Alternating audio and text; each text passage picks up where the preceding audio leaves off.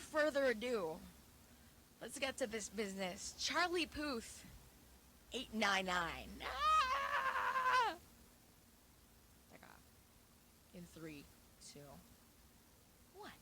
We are the magic of summer. Magic 89.9. Ladies and gentlemen, friends, We welcome are to the magic of summer. 89.9 Magic Airwaves, your one true 89.9. love, and mine, Mr. Charlie Puth. Yeah. Aw, I've never gotten such a cute intro. Awesome. I will put this in my scrapbook. But hey, welcome to the show, and thanks for calling us up. How are you doing today? Good. In my chilling in my studio right now, and that's pretty much it. I heard off of Twitter that you were really excited to edit your vocals today. I'm guessing you were able to do that. I'm actually doing that right now. I was at another studio, and now I'm doing it right now. It's like you're always working, like 24/7. Okay, now just to kick this off, I really wasn't gonna do this, but I'll just say it anyway. I've been a huge fan for years, and I actually got to meet you around 2 years ago when you came to Manila and you did an interview with one of our other radio DJs. What's really cool is that when most artists come over for us to do interviews with them, the moment they step into the room, they're like, bada bing, bada boom, let's talk business. But when you came into the room, the first thing you did was just introduce yourself to each person on the team. Our tech guy, the video guy, the random girl who tagged along, everybody on the team, even before you got to the DJ. And I remember thinking, man, this Charlie guy is pretty great. I'm pretty nice, right? Super. And the really cool thing is that you seem like the kind of guy who just kind of turns every single conversation about you into conversations about your music. Right. Even if, like, for example, I keep hearing, like, it sounds like someone's shuffling through a bunch of pens right now, and it's making a huge noise, and I don't hear it, and talk about how excited I am about this album. I'm incredibly excited as well because, well, I did a little bit of stalking and watched a lot of your interviews. That's not creepy; it's part of the job. But I noticed that in every interview, where you talk about attention, you can't stop singing it and beatboxing and humming the bass line. Would you say that this is probably your favorite song to have ever produced so far? Absolutely. I love everything about it, down to the kick drum. Are you allowed technically to have a favorite song, or is it like with a parent and their kids where they have a fave, but you can never ever really tell people? I always have my favorite song.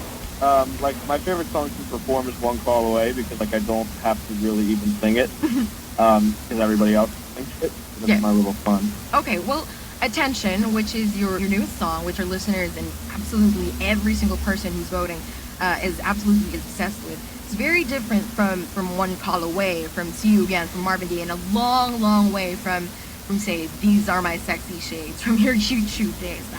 So how would you say Attention and your upcoming songs on this next album particularly different from the ones on 9 Track? I think I know who. It's a bit of a darker album. It's a bit sadder sometimes to listen to. It's just tougher. It's it's not always like so bright and happy. And that was my life this year when I first came into the music industry. I was bright-eyed and bushy-tailed. Oh man! Oh no, nothing can ever go wrong. I got some girls messed my life up for a while, and I got sick. It was a wild ride. That's what this album was about. Wow, real talk. That's where this conversation went. But hey, you turned that and used it as inspiration for your music. And I know the song Attention in particular, you came up with like in the middle of nowhere in Tokyo, and you recorded it right there on your phone. What is the quickest amount of time it took you to write a song? Man, well, that was probably See You Again. It took about like 10 minutes to write, which will probably never happen again. But that was extraterrestrial. But what would somebody have to do to get put into one of your songs, short of like throwing a turtle at your name or something?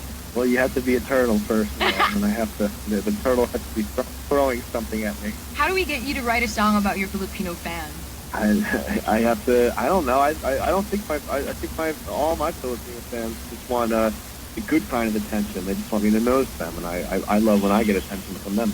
That's true, and I mean we can't exactly help it because you're very talented. You're multi-awarded. You can beatbox, you can write songs, you can sing. You play fake bass on the song Attention, and I know you've acted recently for Life in Peace. Is there a hidden talent we don't know about? Like, for example, if you weren't knocking it out of the park on the music scene, what else do you think you'd be doing with your life right now? I know you were really into coding for video games for a while. Yeah, I love video games. I'm a huge nerd. I also love houses. I would love to build a house. Build a house? Really, I have to. I don't know. I don't think all my Filipino fans just want the good kind of attention. They just want me to notice them, and I love when I get attention from them. That's true, and I mean, we can't exactly help it because you're very talented. You're multi-awarded. You can beatbox, you can write songs, you can sing. You play fake bass on the song Attention, and I know you acted recently for Life in Peace. Is there a hidden talent we don't know about? Like, for example, if you weren't knocking it out of the park on the music scene, what else do you think you'd be doing with your life right now? I know you were really into coding for video games for a while. Yeah, I love video games. I'm a huge nerd. I also love houses. I would love to build a house. Build a house? Really nice residential, commercial, real estate. Okay, that's pretty left field. I had no idea that that's what you would really be into, but and I'm sure you'd be fantastic at being an architect or a carpenter. But honestly, I think that a lot of people, especially your Filipino fans, are thankful that you didn't become some sort of architect. But to be honest, with all the stuff that your fans have in there, it's hard not to feel like we don't already know you.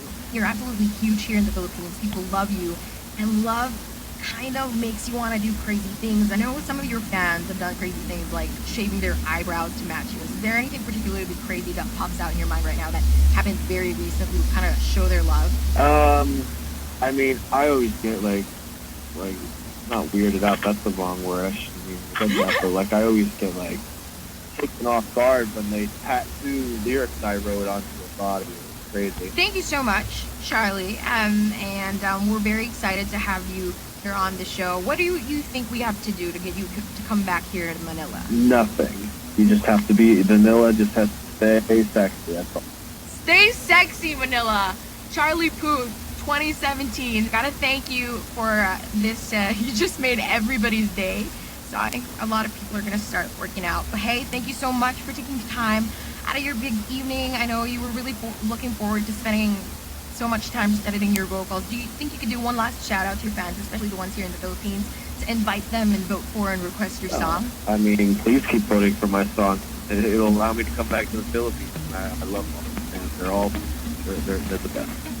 All right, thank you so much, Charlie, for hanging with us here on the last call at 89.9. Run around, throwing that dirt all on my name. 'Cause I knew that